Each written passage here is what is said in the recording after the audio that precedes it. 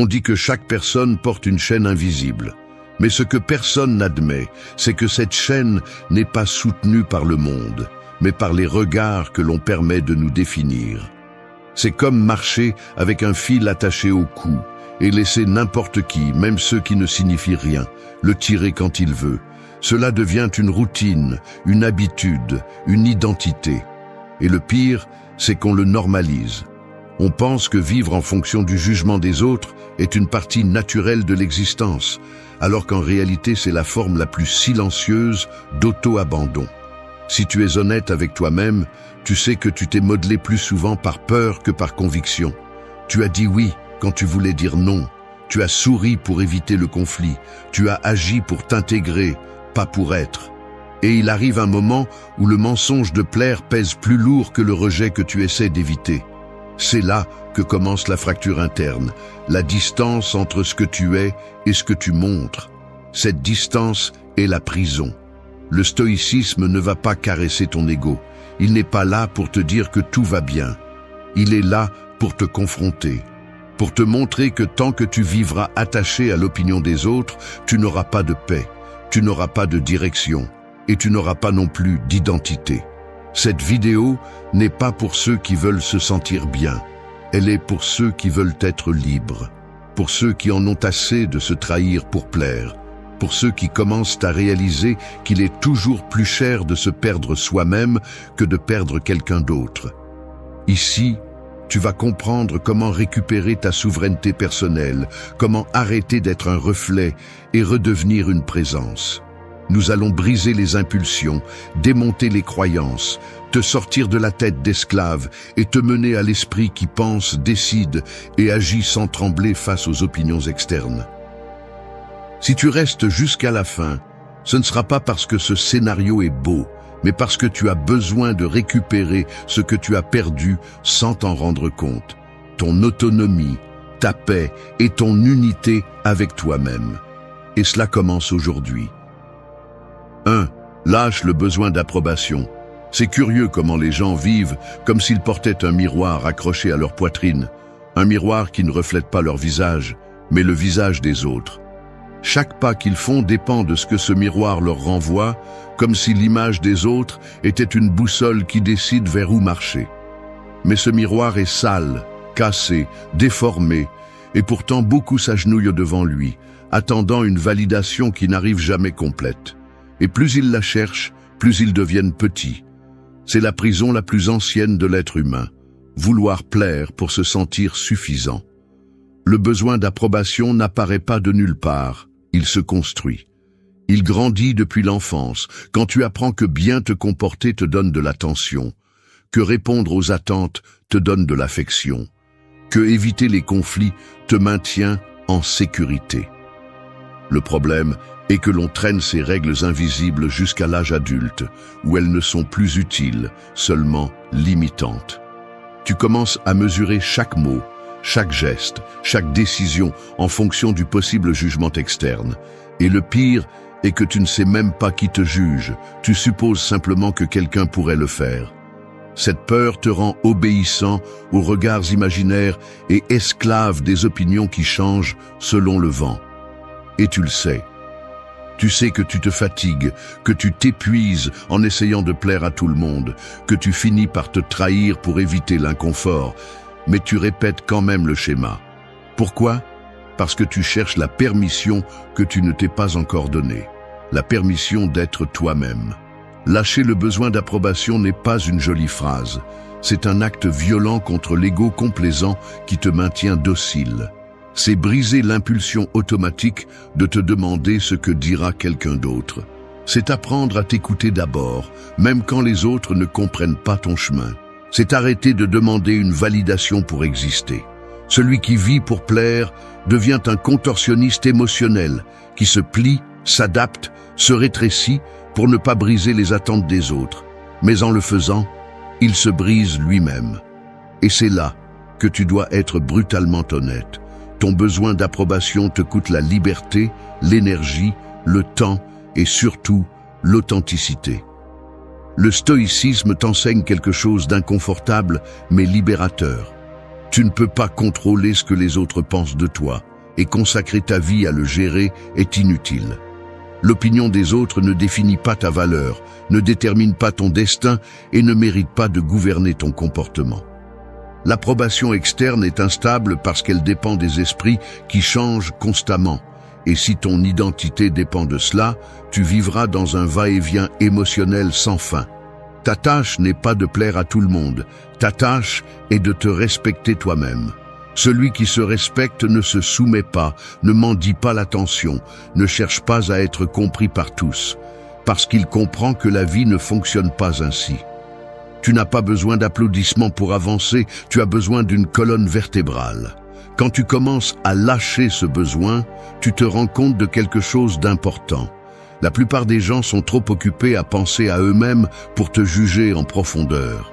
Ce que tu crains tant n'existe que dans ton esprit.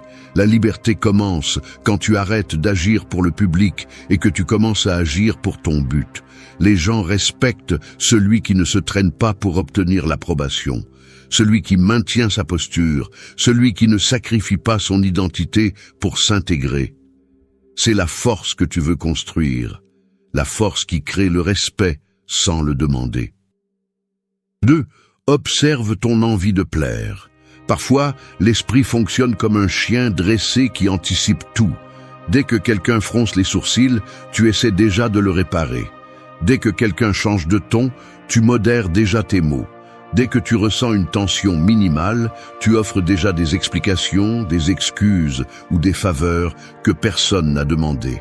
Cette envie automatique de plaire est comme un réflexe conditionné qui te fait te sentir responsable de l'état émotionnel des autres, même quand cela n'a rien à voir avec toi. C'est épuisant, c'est usant, et pire encore, c'est invisible si tu ne l'observes pas de face. Plaire semble gentil, mais à l'excès, cela devient une forme d'auto-abandon. Ce n'est pas de la générosité, c'est de la peur déguisée. Peur de décevoir, peur de mal paraître, peur que quelqu'un s'éloigne, peur d'être jugé, peur de perdre la place que tu crois avoir dans la vie des autres. Cette peur te transforme en un acteur qui change de rôle selon qui est en face de toi. Tu ajustes ta voix, tes opinions, tes décisions, tes limites, tout pour éviter le conflit et pour maintenir l'image de bonne personne. Mais en réalité, ce masque pèse plus que tout rejet que tu essaies d'éviter. Et au fond, tu le sais. L'envie de plaire naît dans l'enfance, lorsque tu as appris que ta valeur se mesurait par ton obéissance ou ton utilité. Mais tu n'es plus cet enfant qui avait besoin d'approbation pour survivre. Tu es maintenant un adulte qui peut soutenir son propre jugement, mais tu restes coincé dans ce réflexe primitif. C'est pourquoi tu as besoin de l'observer, non pas pour lutter contre lui, mais pour l'identifier avec froideur, voir comment il apparaît, voir dans quelle situation il surgit, voir à quelle personne il te soumet, voir quelles pensées le nourrissent. Cette observation est la première forme de liberté. Tu ne peux pas briser une chaîne que tu ne vois pas. Le stoïcisme enseigne qu'on doit se connaître avec la même précision qu'un soldat connaît son arme. Non pas pour se punir, mais pour comprendre comment fonctionne l'esprit et reprendre le contrôle. Lorsque tu observes ton envie de plaire sans la justifier, tu découvres qu'elle ne vient pas de la bonté, mais du besoin. Tu n'aides pas par vertu, tu aides par peur. Tu ne cèdes pas par générosité, tu cèdes pour éviter la tension. Et quand tu comprends cela, tu peux arrêter de réagir comme un automatique et commencer à répondre comme quelqu'un avec son propre jugement. Si tu n'observes pas cette envie, tu deviens quelqu'un qui est toujours en dette envers toi-même. Chaque fois que tu plais quand tu ne le veux pas, tu te retires un morceau d'authenticité. Chaque fois que tu te tais pour ne pas déranger, tu t'éloignes un peu plus de ta vraie voix. Chaque fois que tu cèdes pour maintenir la paix externe, tu perds la paix interne. Et il arrive un moment où tu te rends compte que tu ne sais plus qui tu es, sans le rôle de plaire. C'est le point où tu dois t'arrêter, respirer et commencer le travail sérieux de reconstruction. Observer ton envie de plaire signifie remettre en question tes automatismes, signifie te dire la vérité inconfortable. Tu n'as pas l'obligation de soutenir le confort émotionnel de personne. Tu n'as pas à adoucir ta présence pour que les autres ne se sentent pas en insécurité. Tu n'as pas à t'adapter pour maintenir des liens qui ne se soutiennent pas eux-mêmes. Plaire ne te protège pas, cela te dilue. Commence à regarder quand cette envie surgit, ce qui l'active, ce que tu ressens dans ton corps quand elle apparaît. Cette conscience est le pouvoir, parce que celui qui s'observe se gouverne. 3. Fais confiance à ton propre jugement. L'esprit humain ressemble parfois à un feu de signalisation qui ne décide jamais de passer au vert. Il reste clignotant en jaune, attendant un signal externe pour confirmer s'il est sûr d'avancer.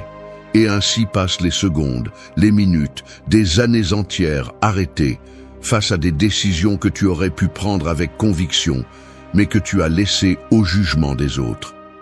Faire confiance à ton propre jugement n'est pas facile quand toute ta vie on t'a appris à douter de toi, à regarder vers l'extérieur, à chercher une opinion avant une impression interne. Mais si tu ne retrouves pas cette confiance, tu continueras à vivre comme un passager dans ta propre vie. Le manque de confiance en ton jugement ne vient pas de l'incompétence, mais de l'habitude. Tu t'es habitué à demander ce que les autres feraient, à consulter même ce que tu savais déjà, à demander la permission d'agir, comme si tes décisions nécessitaient une approbation préalable.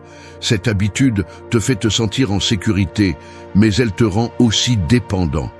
Parce que chaque fois que tu délègues ton jugement, ta voix intérieure s'affaiblit un peu plus. Et ensuite tu te demandes pourquoi il est difficile pour toi de prendre une décision. C'est simple, tu n'exerces pas ta capacité à le faire. Le stoïcisme enseigne que la clarté vient de l'intérieur, pas de l'extérieur. Tu ne peux pas appeler opinion ce que tu répètes sans réfléchir. Tu ne peux pas non plus appeler décision ce que tu fais pour éviter de te sentir mal. Une vie guidée par le jugement des autres devient un puzzle assemblé par d'autres mains. Peut-être qu'il semble beau de l'extérieur, mais il ne se sent pas propre de l'intérieur. Et la vérité est que personne ne peut te dire ce qui est bon pour toi, parce que personne ne connaît tes limites, ton histoire, tes blessures, ni tes valeurs comme toi. Lorsque tu permets aux autres de décider pour toi, tu renonces à la responsabilité la plus sacrée, te gouverner. Faire confiance à ton propre jugement implique de faire des erreurs. Et c'est là que beaucoup se paralysent. Ils croient que se tromper est un signe d'incapacité, alors qu'en réalité, c'est une preuve d'autonomie. Si chaque décision que tu prends dépend de l'approbation externe, tu ne sauras jamais si tu as agi par conviction ou par peur. Le jugement s'affine en prenant de vraies décisions, pas en évitant les risques. Chaque fois que tu décides pour toi, tu renforces la voix que tu étouffais auparavant. Et cette voix devient un guide lorsque le monde devient bruyant. Tu dois être brutalement honnête avec toi-même. Le monde ne te donnera pas la permission de te faire confiance. Au contraire, beaucoup préféreront que tu continues à douter, car une personne incertaine est facile à manipuler, facile à diriger, facile à modeler. C'est pourquoi la confiance en ton jugement est un acte de rébellion silencieuse. C'est dire « je sais qui je suis et je sais ce que je fais, même si tu n'aimes pas, même si tu ne comprends pas ». Cette attitude dérange ceux qui bénéficient de ton indécision, mais elle renforce ton âme, ce qui est important. Fais confiance à ton jugement, même quand il tremble. Fais confiance à ta perception, même quand les autres ne la partagent pas. Fais confiance à cet instinct qui apparaît avant que tu ne le rationalises. Cet instinct est souvent plus honnête que n'importe quel conseil que tu reçois. Et il ne s'agit pas d'ignorer les opinions utiles, mais de ne pas les placer au-dessus de ta vérité. Écoute, évalue et décide toi-même, parce que si tu échoues, tu corriges, et si tu réussis, tu avances. Mais dans les deux cas, tu grandis à partir de ta propre racine. Lorsque tu retrouves confiance en ton jugement, tu commences à marcher avec une autre posture. Ta voix sonne différemment, tes décisions sont plus fermes, ta présence devient plus solide. Tu arrêtes de te justifier autant, tu arrêtes de demander des explications pour être qui tu es. 4. Accepte ce que tu ne peux pas contrôler. Parfois, la vie ressemble à essayer de serrer la main sur de l'eau qui s'échappe entre les doigts. Plus tu serres fort, plus tu la perds rapidement. C'est l'ironie de ce que nous ne pouvons pas contrôler. Plus tu t'accroches, plus tu te fais mal. Et pourtant, beaucoup insistent pour lutter contre l'inévitable, pour discuter avec la réalité, pour résister à ce qui est déjà décidé par des forces plus grandes que leur volonté. Cette obstination consomme de l'énergie, du temps et de la paix. Le stoïcisme l'a compris il y a des siècles. Accepter n'est pas se rendre, c'est se libérer. La plupart des gens souffrent plus de ce qu'ils imaginent que de ce qui se passe réellement. Ils construisent des scénarios dans leur tête, inventent des dialogues, anticipent des rejets, dramatisent des possibilités.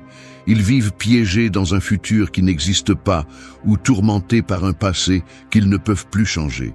Cette quantité d'énergie émotionnelle investie dans l'incontrôlable est ce qui épuise l'esprit. Ils essaient de contrôler l'opinion des autres, les sentiments des autres, les décisions des autres, voire le destin des autres.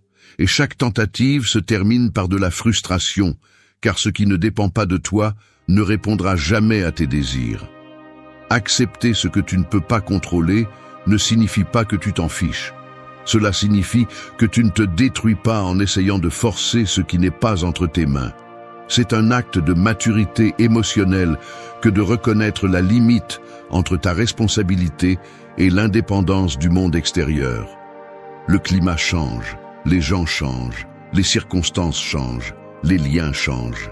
T'accrocher à ce qui a été ou à ce que tu aimerais qu'il soit ne fait que prolonger la souffrance. La réalité ne perd jamais. Tu perds quand tu exiges qu'elle soit différente. L'ego veut croire qu'il peut tout dominer. Il veut que tout se passe comme il le pense, que la vie obéisse, que les gens agissent comme ils l'espèrent. Mais vivre ainsi, c'est comme marcher avec un verre collé à la poitrine. N'importe quoi te blesse, n'importe quel changement te brise, n'importe quel rejet te déstabilise. Accepter ce que tu ne peux pas contrôler, c'est apprendre à marcher sans ce verre, en comprenant que le monde n'est pas obligé de protéger ta sensibilité et que ta force dépend de ta capacité à t'adapter sans t'effondrer. Le stoïcisme le résume en une idée brutalement claire. Concentre-toi sur ce qui dépend de toi et lâche le reste. Ce qui dépend de toi, c'est ton jugement, ta discipline, ton caractère, ta réaction, ta conduite, ta posture. Ce qui ne dépend pas de toi, ce sont les opinions des autres, les résultats finaux, les décisions des autres, les changements inévitables, l'impermanence naturelle du monde. Lorsque tu distribues correctement ton énergie, tu récupères du pouvoir. Lorsque tu la gaspilles en essayant de contrôler l'incontrôlable, tu t'affaiblis. Accepter la réalité n'est pas du conformisme, c'est une stratégie. Cela te permet de voir le monde tel qu'il est, pas comme tu voudrais qu'il soit. Cela te prépare à agir avec sérénité plutôt qu'à réagir avec désespoir. Cela te libère de l'envie de prouver, de convaincre ou de manipuler. Cela te concentre sur ta responsabilité, pas sur celle des autres. Lorsque tu acceptes, tu arrêtes de t'épuiser dans des guerres que tu ne peux jamais gagner. Tu arrêtes de te battre avec des ombres. Tu arrêtes de discuter avec le destin. L'acceptation te rend plus stable, plus ferme, plus réaliste. Les personnes qui s'accrochent au contrôle vivent tendues, anxieuses, pendantes à chaque détail. Les personnes qui acceptent coulent, non pas parce qu'elles sont faibles, mais parce qu'elles comprennent le rythme de la vie.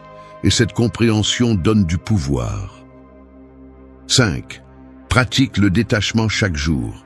La vie ressemble beaucoup à une promenade en portant une valise que tu ne vérifies jamais.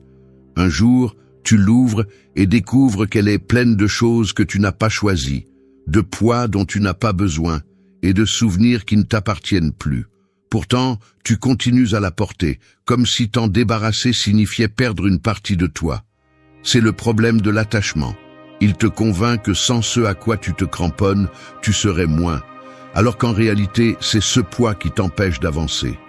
Pratiquer le détachement chaque jour ne signifie pas devenir froid ou indifférent, mais apprendre à reconnaître quand quelque chose a cessé de faire partie de ta croissance. La plupart s'accrochent par peur, pas par amour. Peur d'être seul, peur de se tromper, peur de perdre, peur d'affronter le vide qui reste lorsque tu lâches ce qui te faisait te sentir en sécurité. Cette peur crée des chaînes invisibles qui te lient à des personnes, des situations, des croyances et des habitudes qui n'ont plus de sens dans ta vie. Et plus tu t'accroches, plus tu t'épuises, car rien n'est conçu pour être éternel. La vie bouge, change, tourne. Celui qui ne lâche pas stagne. Le stoïcisme comprend le détachement comme une discipline quotidienne, pas comme un acte occasionnel. Cela signifie observer sans possession, apprécier sans obsession, aimer sans dépendance. Cela signifie accepter l'impermanence comme une partie naturelle de l'ordre du monde. Vouloir contrôler la permanence de quelque chose qui change naturellement est comme essayer d'arrêter le vent avec les mains. Tu finis seulement frustré et fatigué. Le détachement n'est pas l'absence d'émotion, c'est la présence de clarté. Les gens ont tendance à croire que ce qui est en jeu, c'est de perdre ce qu'ils ont. Mais la vérité est que ce qui est en jeu, c'est de se perdre eux-mêmes. Quand tu t'accroches à une relation qui ne te donne plus la paix, tu te perds. Quand tu maintiens une identité ancienne qui ne te représente plus, tu te perds. Quand tu insistes pour maintenir des habitudes qui te nuisent, tu te perds. Le détachement t'oblige à te demander « Est-ce que cela me sert ou me consomme ? Est-ce que cela me donne de la force ou me affaiblit ? Est-ce que cela me rapproche de mon but ou m'en éloigne ? Si la réponse ne te favorise pas, le chemin est de lâcher prise. Te détacher ne signifie pas que tu ne te soucies pas. Cela signifie que tu ne te détruis pas. C'est comprendre que tu peux aimer sans posséder, que tu peux profiter sans t'accrocher, que tu peux apprécier sans contrôler. C'est choisir la liberté plutôt que l'illusion de stabilité. Les personnes qui ne pratiquent pas le détachement vivent en portant un poids émotionnel étranger, des attentes d'autres personnes, des promesses qui n'étaient pas les leurs, des souvenirs qui ont déjà expiré.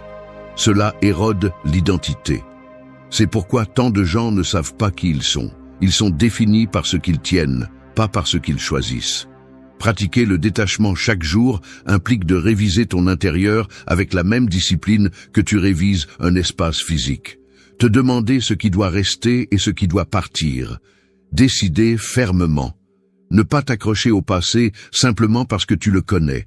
Ne pas rester là où tu ne grandis plus. Ne pas insister là où il n'y a plus de réciprocité. Et même si cela fait mal, lâcher prise est un acte d'amour-propre. C'est dire à ton âme qu'elle mérite de l'espace, de la clarté et de la légèreté. Le détachement signifie aussi ne pas dépendre du résultat. Tu fais ta part, tu agis avec vertu, tu donnes ton effort et ensuite tu laisses la vie faire son travail. Si cela a bien tourné, tu avances. Si cela a mal tourné, tu apprends. Mais tu ne te détruis pas en essayant de forcer un dénouement qui ne dépend pas de toi. Cet équilibre te donne la paix. Si tu pratiques le détachement chaque jour, tu deviens plus léger, plus libre, plus conscient. Tu laisses de la place pour que le nouveau entre et tu permets à ce qui a accompli son cycle de sortir. Le détachement ne te prend pas, il te clarifie. 6. Utilise le silence comme pouvoir. Le monde moderne est comme une salle pleine de micros ouverts où tout le monde parle en même temps, essayant de prouver quelque chose, de défendre quelque chose, de paraître quelque chose. Au milieu de ce bruit, le silence devient une arme que très peu savent manier. Ce n'est pas l'absence de mots, c'est la présence de contrôle. C'est comme éteindre toutes les lumières pour voir clairement ce que la brillance cachait auparavant. Quand tu décides de te taire, tu ne perds pas de force, tu retrouves ta direction. Utiliser le silence comme pouvoir ne signifie pas devenir distant. Cela signifie arrêter de réagir impulsivement.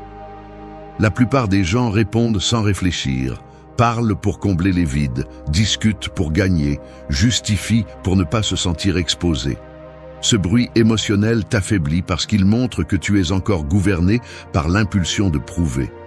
Une personne qui se sent en sécurité n'a pas besoin d'expliquer chaque décision ni de défendre chaque mouvement. Son silence dérange parce qu'il révèle qu'elle n'est pas piégée dans le besoin de convaincre quelqu'un. Le silence expose aussi des vérités que les mots cachent.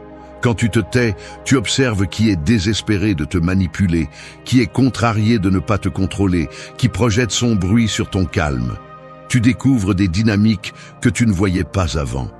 Tu découvres que beaucoup se nourrissaient de ta réaction, de ton effort pour clarifier, de ton besoin de résoudre. Quand tu imposes le silence, tu leur enlèves cette nourriture. Et c'est là que tu retrouves le pouvoir, non pas à partir de l'agressivité et du cri, mais à partir de la fermeté de ne pas entrer dans des jeux inutiles. Le stoïcisme comprend le silence comme la base de l'autocontrôle. Les émotions intenses veulent te pousser à parler immédiatement, à répondre rapidement, à te défendre sans réfléchir. Mais cette impulsion te nuit presque toujours. Le silence te permet de créer cet espace sacré entre le stimulus et la réponse, ce petit instant où tu décides qui tu es vraiment. Tu ne réagis pas, tu choisis. Tu n'exploses pas, tu évalues. Tu ne te rabaisses pas, tu te positionnes. Et cette capacité vaut plus que tout discours impulsif que tu pourrais donner. Le silence protège aussi ton énergie. Quand tu parles trop, tu donnes des informations que d'autres peuvent utiliser contre toi. Quand tu expliques trop, tu ouvres des portes que tu n'avais pas besoin d'ouvrir.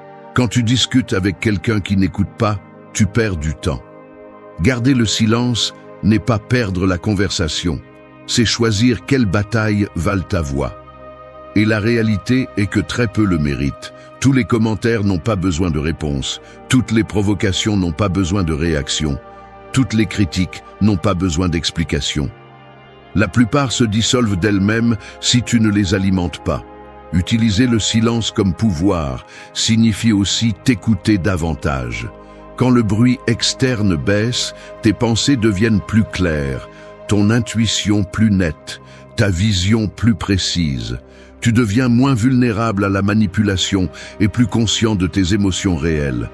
Tu te rends compte que souvent tu as parlé pour éviter de ressentir, pour éviter de te confronter ou pour maintenir une image. Dans le silence, ces masques tombent, et même si cela te dérange, cela te rend plus honnête avec toi-même. Le silence redéfinit aussi ta présence. Un mot dit par quelqu'un qui sait se taire pèse plus que 100 mots de quelqu'un qui parle sans contrôle.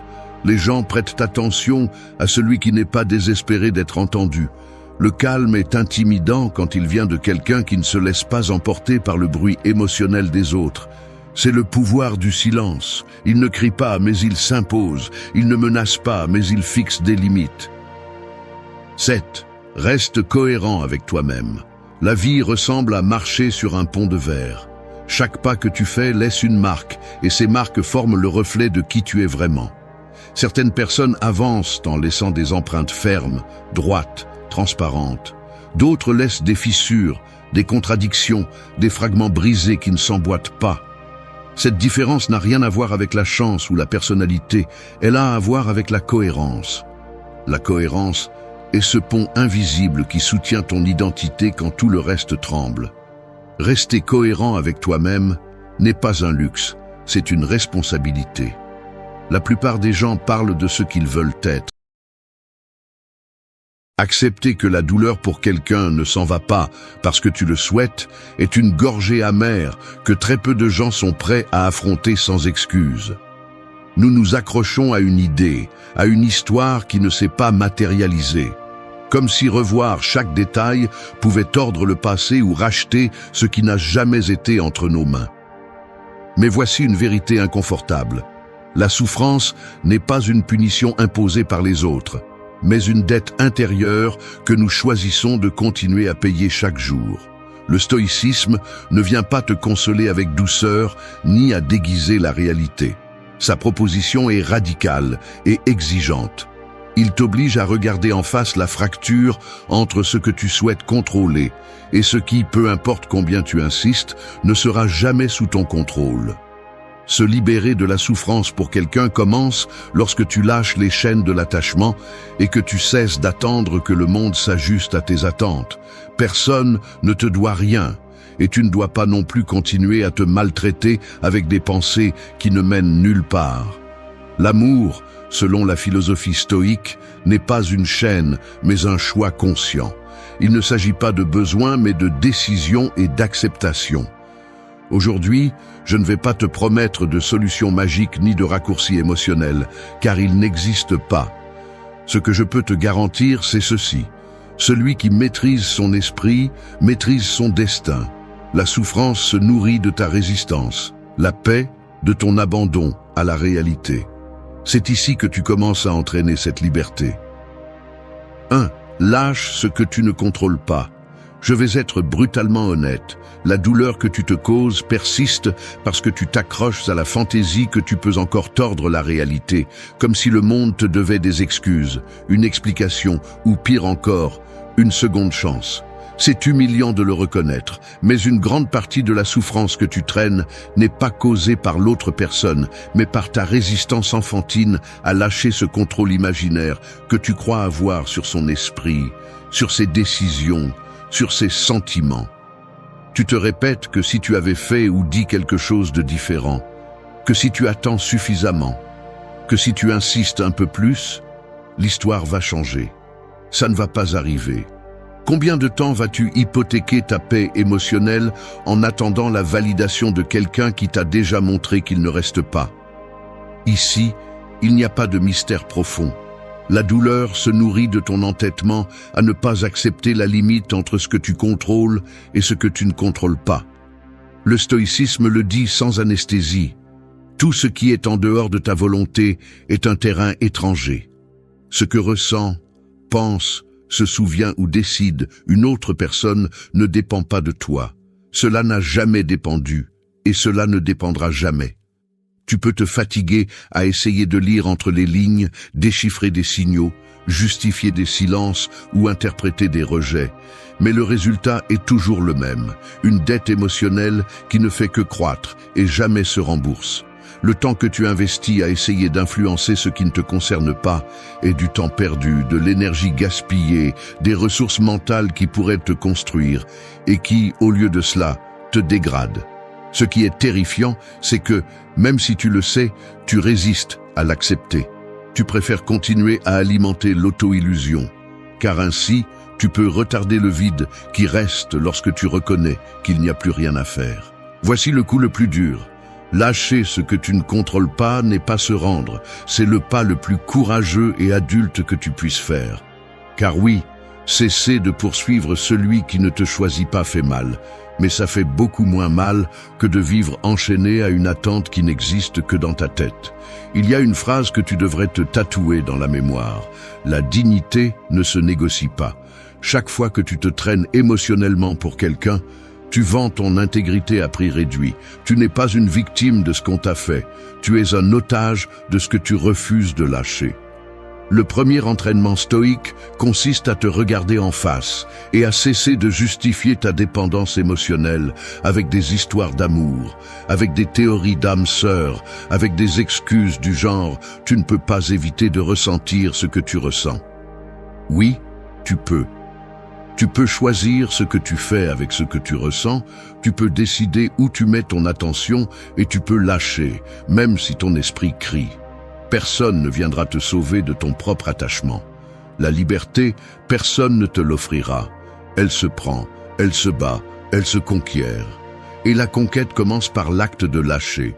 Répète-le. Je ne contrôle pas les autres, seulement moi. Quand tu le pratiqueras et que tu cesseras de négocier avec la réalité, tu découvriras une vérité inconfortable mais libératrice. Tu ne portes que le poids que tu décides de ne pas lâcher. 2. Brise l'illusion de l'attachement. L'attachement ressemble à un contrat que tu as signé sans lire les petites lignes. Au début, tu ne vois que les avantages, proximité, promesses, la sécurité illusoire que cette personne ne va pas s'en aller.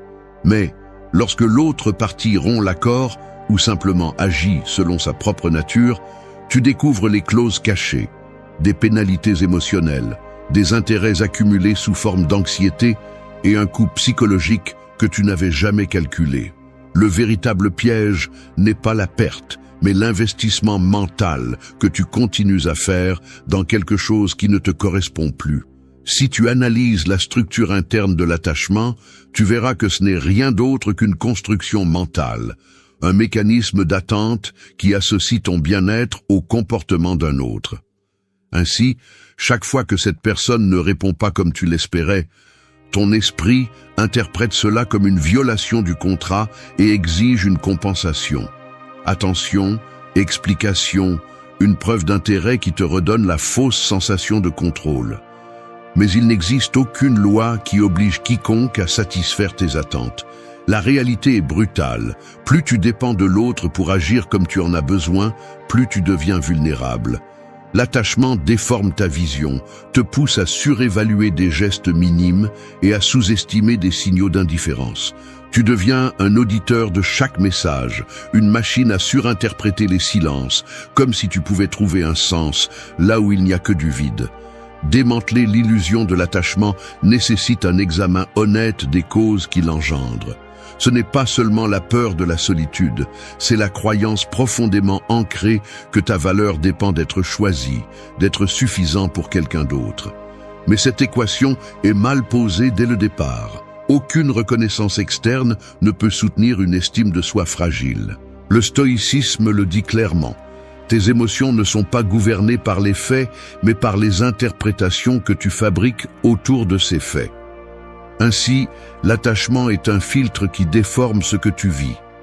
Il transforme l'absence en rejet, l'indifférence en une blessure personnelle, la faim en une injustice. Et tant que tu restes piégé dans ce mécanisme, chaque mouvement de l'autre devient une menace ou une promesse, jamais une donnée neutre. Te libérer de ce circuit vicieux implique de rompre l'identification entre ce que tu ressens et ce que tu es. Tu n'es pas ton manque, tu n'es pas ton désir d'être validé, ni l'écho d'une relation qui a pris fin. Tu es la conscience qui observe ce désir, l'agent qui peut intervenir dans son propre processus mental. Phrase emblématique. L'attachement est une dette qui ne se termine jamais d'être remboursée. Que se passe-t-il lorsque tu commences à remettre en question le contrat? Tu découvres que lâcher prise n'est pas une défaite, mais le seul moyen de reprendre le pouvoir sur toi. Briser l'illusion de l'attachement ne signifie pas cesser de ressentir. Cela signifie cesser de conditionner ta stabilité à la volonté d'un autre. Ce qui semblait auparavant un abandon se révèle maintenant comme une opportunité de renforcer tes propres fondations. La décision stratégique est simple, même si cela fait mal. Chaque fois que tu identifies une réaction d'attachement, arrête-toi et examine son origine. Te fais-tu réellement mal à cause de la perte ou à cause de l'histoire que tu te racontes sur ce que devrait avoir été? À ce moment-là, tu as la possibilité de cesser d'alimenter le mécanisme. Il s'agit d'entraîner ton esprit à désamorcer l'habitude d'associer bien-être et approbation, et de construire une nouvelle narration, où ta valeur ne dépend pas de variables externes. Phrase emblématique, ta liberté commence le jour où tu annules le contrat de l'attachement. Le reste est discipline, répétition et courage pour soutenir l'inconfort du détachement jusqu'à ce qu'il devienne ton état naturel. 3. Observe tes pensées sans jugement. Tu es assis en train de vérifier ton téléphone pour la énième fois. Il n'y a pas de nouveau message, juste le réflexe automatique d'ouvrir la conversation comme si quelque chose allait changer en l'observant davantage. Le cœur s'accélère à chaque notification qui n'est pas celle que tu attends. Et soudain, tu te retrouves plongé dans la même séquence de pensées. Tu repasses la dernière conversation, essaie de te souvenir du ton exact de ces mots, analyse chaque silence, chaque pause. Tu commences à créer des hypothèses, à construire des scénarios imaginaires où tout dépend de ce que tu as dit, de ce que tu n'as pas dit, de ce que tu aurais pu faire différemment. La journée s'écoule dans cette sorte d'autosurveillance où tes émotions montent et descendent sans qu'il ne se soit réellement rien passé à l'extérieur. C'est ce cycle invisible que personne ne voit. Ce ne sont pas les faits, ce sont les interprétations qui te maintiennent piégé. C'est ici que le vrai travail commence. Le stoïcisme le soutient fermement. Tes pensées ne sont pas des mandats, ce sont juste des événements mentaux qui apparaissent et disparaissent. Tu n'as pas besoin de t'identifier à chacune d'elles, mais l'habitude est forte. Chaque pensée qui surgit, tu l'assumes comme vérité, comme un ordre auquel tu dois répondre. Tu ne t'arrêtes pas pour observer de l'extérieur, pour regarder la machinerie interne en fonctionnement. Tu ressens de la tristesse et automatiquement tu te dis que cette personne était spéciale, que la perte est irremplaçable. Tu ressens de la colère et justifies que l'on te doit quelque chose, que ta réaction est la seule possible. Tout est automatique, réactif, poussé par le vieux réflexe de chercher un sens et un contrôle au milieu de l'incertitude. Observer tes pensées sans jugement est un entraînement difficile, car l'esprit ne supporte pas le vide. Il veut intervenir, corriger, classer tout en bon ou mauvais, juste ou injuste. Mais chaque fois que tu juges ce que tu penses, tu lui donnes plus de pouvoir. Si l'idée que tu n'es pas assez apparaît parce que quelqu'un est parti, au lieu de la discuter ou d'essayer de la maquiller, observe-la simplement. Ne te bats pas avec elle, ne l'alimente pas. Laisse-la passer comme quelqu'un qui regarde passer des voitures depuis le trottoir. Certaines bruyantes, d'autres insignifiantes, mais aucune ne t'oblige à monter. Voici la phrase emblématique. Tes pensées ne sont pas ton identité, ce ne sont que des visiteurs.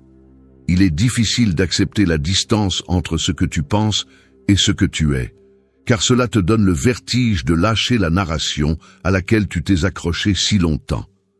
Cependant, c'est seulement ainsi que tu peux commencer à reprendre le contrôle réel sur toi-même.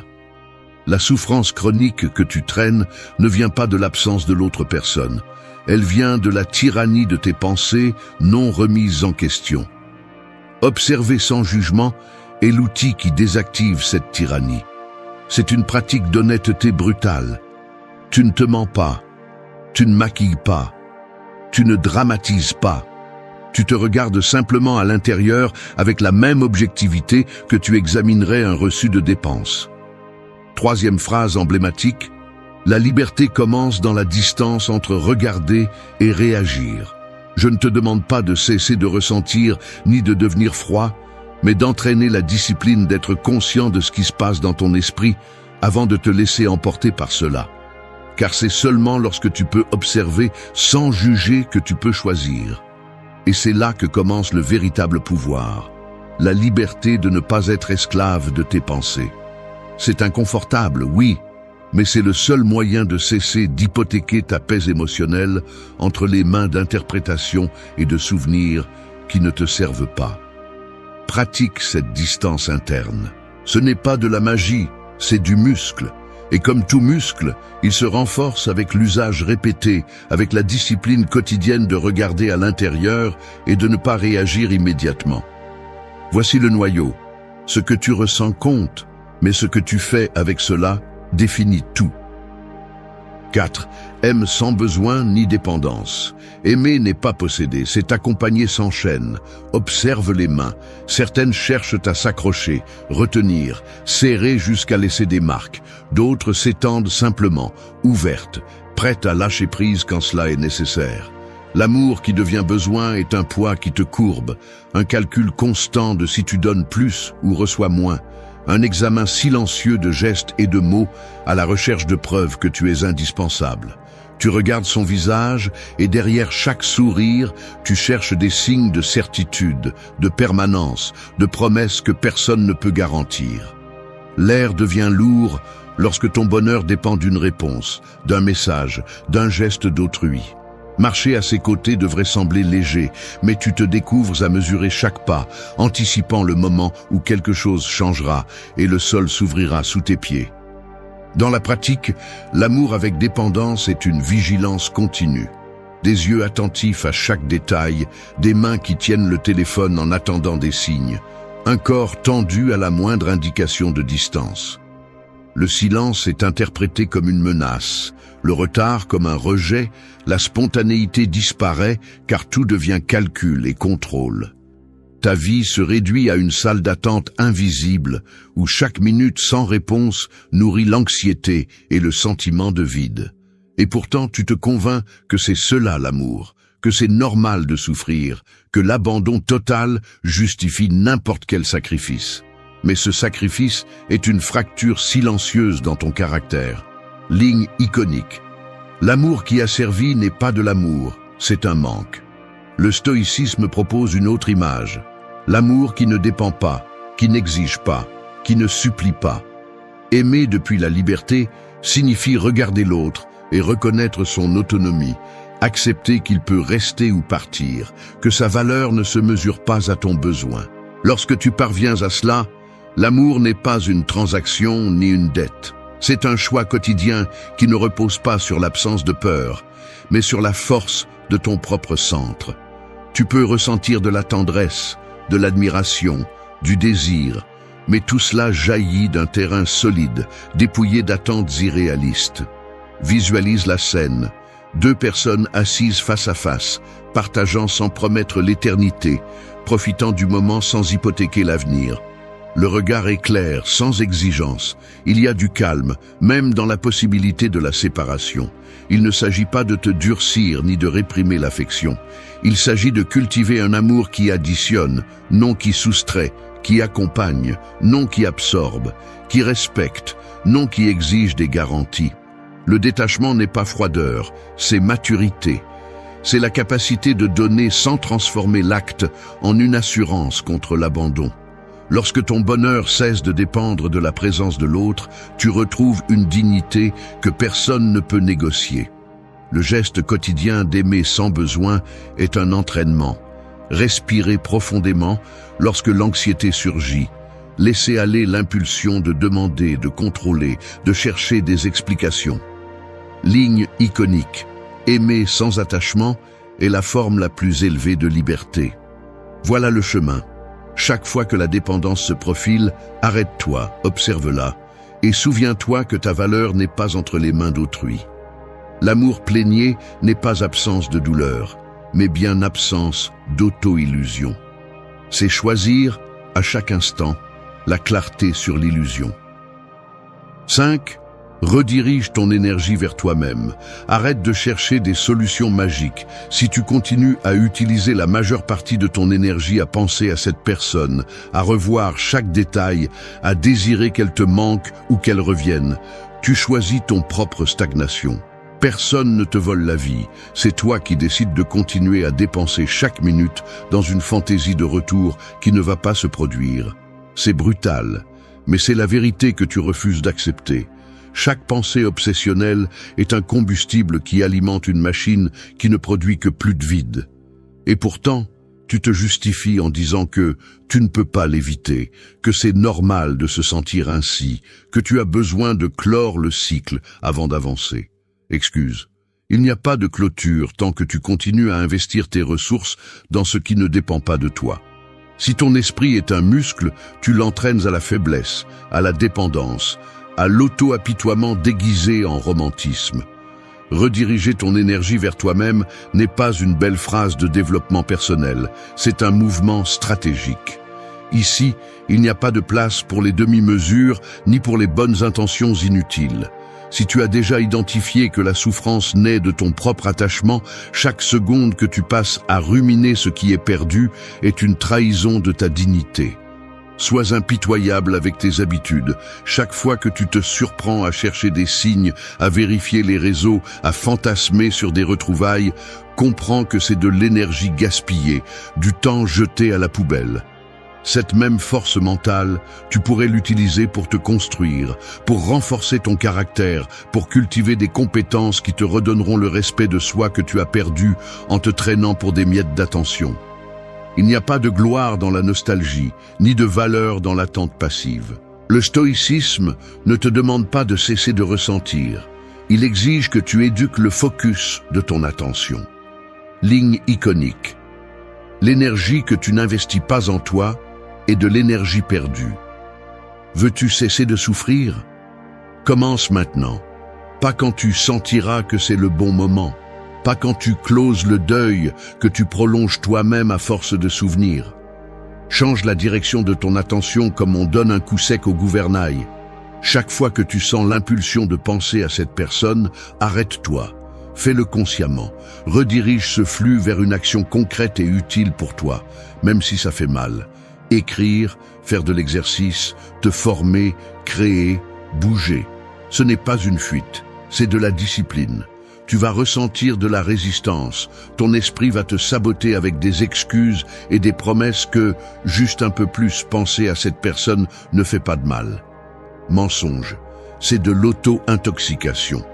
Ne négocie pas avec ta faiblesse, ne crois pas ton propre discours de victime. Le temps que tu investis en toi est le seul investissement qui garantit un retour réel.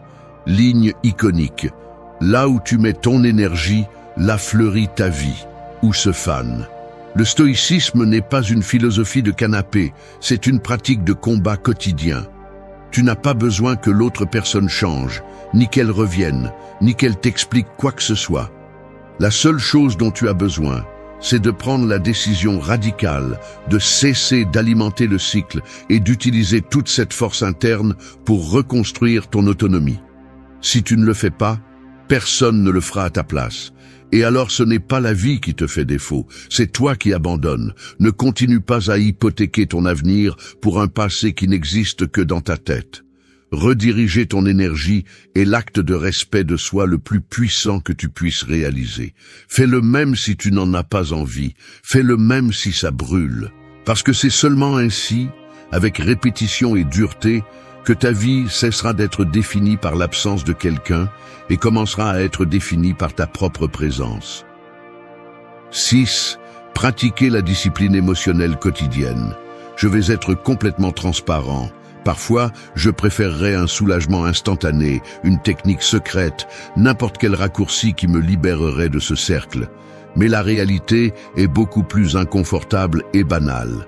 Ce qui fait la différence n'est pas une révélation, mais la discipline quotidienne que presque personne n'est prêt à maintenir. L'esprit va te vendre 1000 justifications. Aujourd'hui n'est pas le meilleur jour. Tu as déjà fait suffisamment de progrès. Demain sera plus facile. Mais la vérité est que, si tu n'entraînes pas ta stabilité émotionnelle tous les jours, chaque rechute sera plus coûteuse et chaque avancée plus fragile. Ici, il n'y a pas de mérite à comprendre la théorie si chaque jour tu agis contre elle. Ce qui détermine ta liberté, ce ne sont pas tes intentions, mais la constance avec laquelle tu choisis de ne pas te trahir. La souffrance pour quelqu'un ne s'éteint pas d'un coup. Elle s'affaiblit dans la répétition de petites décisions inconfortables. Ne pas consulter ce chat, ne pas inventer d'excuses pour apparaître, ne pas chercher des informations qui te redonnent l'illusion du contact. Chaque fois que tu choisis la discipline émotionnelle, tu coupes une petite racine de l'attachement. Ce n'est pas un processus glamour. Il n'y a pas d'applaudissements. Il y a des moments où ton esprit va essayer de négocier, promettre des récompenses si tu cèdes juste un peu, fabriquer des arguments pour retarder le détachement. Mais là se trouve le cœur du problème. Si tu cèdes aujourd'hui, demain cette chaîne sera plus lourde. Et il ne s'agit pas de s'auto-punir, mais de respect de soi. Chaque habitude, si minime soit-elle, est un investissement. Soit tu renforces ton autonomie, soit tu renforces ta faiblesse. Phrase iconique, la liberté s'entraîne, elle ne s'attend pas. L'entraînement stoïque est brutalement simple et pour cette raison si difficile à maintenir. Tu n'as pas besoin de techniques avancées ni de rituels compliqués. Tu as besoin d'un engagement radical envers ton bien-être à long terme. C'est s'asseoir 5 minutes pour observer tes pensées sans te laisser emporter par elles. C'est écrire ce que tu ressens, même si tu n'aimes pas ce qui en sort. C'est remercier pour ce que tu as aujourd'hui, même si ton esprit insiste pour te rappeler ce que tu as perdu. C'est accepter l'inconfort de l'absence sans chercher une anesthésie rapide dans des distractions inutiles. La discipline émotionnelle n'est pas de l'héroïsme ni de la froideur. C'est la décision consciente de ne pas alimenter la dépendance, de ne pas permettre à ton état interne de dépendre de variables externes. Chaque jour où tu répètes cet acte, même s'il est imparfait, ton caractère se renforce, ta clarté augmente et ta souffrance diminue. Ce qui est le plus inconfortable dans cette pratique, c'est que personne ne va la valider pour toi. Il n'y a pas de reconnaissance externe, pas de médaille. Le seul indicateur est la paix intérieure que tu retrouves lorsque tu cesses de te perdre dans des conjectures et des réactions automatiques. La discipline émotionnelle quotidienne est un investissement silencieux qui, avec le temps, te rend la dignité que tu as perdue en te traînant dans un espoir inutile. Voici la vérité. La douleur est inévitable, l'esclavage émotionnel est optionnel. Si tu veux cesser d'être l'otage de ce que tu ne contrôles pas, ta seule véritable issue est d'entraîner la discipline tous les jours. Même si c'est inconfortable, même si personne ne le remarque, même si tu dois recommencer chaque matin. Car c'est seulement avec cette constance que ce qui te pèse aujourd'hui finit par perdre son pouvoir. 7.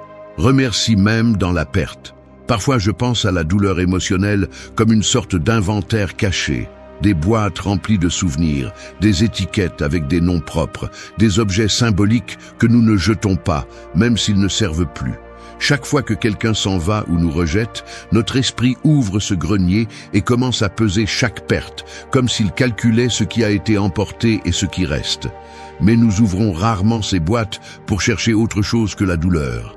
C'est étrange, presque personne ne prend le temps de chercher des raisons de gratitude lorsque ce qui domine est la sensation de vide. C'est comme si l'esprit était programmé pour regarder le trou, pas ce que l'étagère soutient encore. Ce qu'on ne vous dit pas, c'est que la gratitude, même dans la perte, est un muscle mental que vous pouvez entraîner. Même si au début, cela semble absurde ou même une trahison de votre propre douleur. Il est difficile de l'admettre, mais derrière chaque deuil, il y a une partie qui veut rester ancrée dans la plainte, dans le lamentement pour ce qui n'a pas été, car cet endroit est confortable. Il vous permet de justifier la paralysie, il vous offre une identité temporaire de victime. Cependant, si vous parvenez à déplacer l'attention ne serait-ce qu'1 centimètre vers la gratitude, quelque chose change dans la texture interne de votre souffrance. Il ne s'agit pas de remercier le rejet ou l'absence, mais de reconnaître qu'au milieu de la perte, il reste encore des apprentissages, des capacités que vous avez développées dans le processus, des aspects de vous qui ont émergé précisément parce que vous avez dû lâcher prise ou reconstruire. L'esprit, obsédé par le déficit, oublie que même les blessures laissent des cicatrices qui vous rendent plus résistants si vous savez les regarder sans ressentiment. Ligne iconique, la gratitude transforme la blessure en ressource. Remercier dans la perte semble être une contradiction, mais c'est l'outil qui coupe la chaîne de l'attachement. Lorsque vous choisissez consciemment de chercher une raison de gratitude, aussi petite soit-elle, vous interrompez le cycle automatique d'autopitié et de ressentiment. Ce n'est pas un acte de naïveté ni de résignation, c'est un mouvement stratégique. Déplacez le focus de ce qui vous manque vers ce que vous êtes capable de construire à partir de ce que vous avez vécu. Il se peut que la douleur ne disparaisse pas, mais la relation que vous avez avec votre propre histoire se modifie. Vous découvrez que la perte vous a entraîné à la patience, que le détachement vous a appris à vous soutenir seul, que l'absence vous a rendu du temps et de l'énergie que vous donniez auparavant sans filtre. Le stoïcisme ne demande pas que vous applaudissiez la souffrance, mais qu'elle soit intégrée comme partie de votre développement. Chaque expérience, même celle qui fait mal, ajoute quelque chose à votre caractère si vous la traitez avec maturité. Voici le point critique. La gratitude ne nie pas la tristesse, elle la contient et la transcende. C'est regarder votre propre inventaire et reconnaître que, même si certaines boîtes sont vides, d'autres contiennent de nouveaux outils que vous n'aviez pas auparavant. L'esprit va résister, il va chercher des excuses pour rester ancré dans la nostalgie. Mais chaque fois que vous choisissez de remercier pour ce que vous avez appris, pour la force que vous avez cultivée, pour la dignité que vous avez retrouvée en lâchant prise, vous affaiblissez l'ancienne habitude de vous définir uniquement par ce que vous avez perdu. Ligne iconique. Remercier dans la perte est la forme la plus élevée de pouvoir. Ce changement interne est brutal, car il vous oblige à cesser de négocier avec le manque, et à commencer à capitaliser tout ce que vous avez vécu. Ce n'est que lorsque vous pratiquez ce type de gratitude que votre souffrance cesse d'être le centre de votre identité et devient une marche de plus dans votre évolution. Personne ne le fera à votre place. Si vous ne remerciez pas, votre esprit transformera chaque perte en une condamnation. La décision vous appartient. 8. Fais de la patience ton allié. Il y a une tasse de café qui refroidit sur la table, celle que tu as servie il y a une demi-heure, mais tu n'en as pas pris une seule gorgée, car ton attention est accaparée par l'écran de ton téléphone. La notification n'arrive pas, les minutes s'étirent et tes doigts tambourinent sur le bois avec une impatience que tu ne peux dissimuler. Dehors, la vie continue. Les voix dans la rue, le bruit lointain de la circulation, la lumière qui change lentement à la fenêtre. Mais en toi, le temps semble figé, comme si tu étais coincé dans une salle d'attente sans fin. Tu regardes l'horloge, puis le téléphone à nouveau, et l'anxiété te ronge de l'intérieur. Chaque seconde sans réponse ressemble à une démonstration qu'il manque quelque chose, que rien n'avance. L'impatience te pousse à vérifier, à écrire, à chercher tout stimulus qui te sortirait de ce désert d'incertitude. C'est une usure silencieuse, une guerre sourde entre le désir de contrôle et la réalité qui résiste à ton rythme.